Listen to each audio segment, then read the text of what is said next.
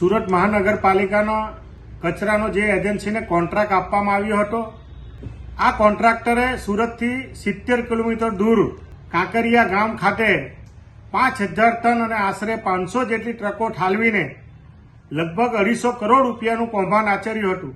અને આ કૌભાંડ અંતર્ગત સ્થાનિક આગેવાનો, ગામના સરપંચો અમને ફરિયાદ કરતા આ ફરિયાદના અનુસંધાનમાં ગુજરાતના મુખ્યમંત્રી શ્રી, શહેરી વિભાગ, વન પર્યાવરણ મંત્રી શ્રી, સુરત મહાનગરપાલિકાના કમિશનર શ્રી, કલેક્ટર શ્રી અને ગુજરાતના તમામ વિભાગોને ફરિયાદના કરતા લગભગ આ કંપનીને 3 જેટલા મહાનગરપાલિકાના કાર્યપાલક ઇજનેરને સોકોઝ નોટિસ આપવામાં આવી હતી.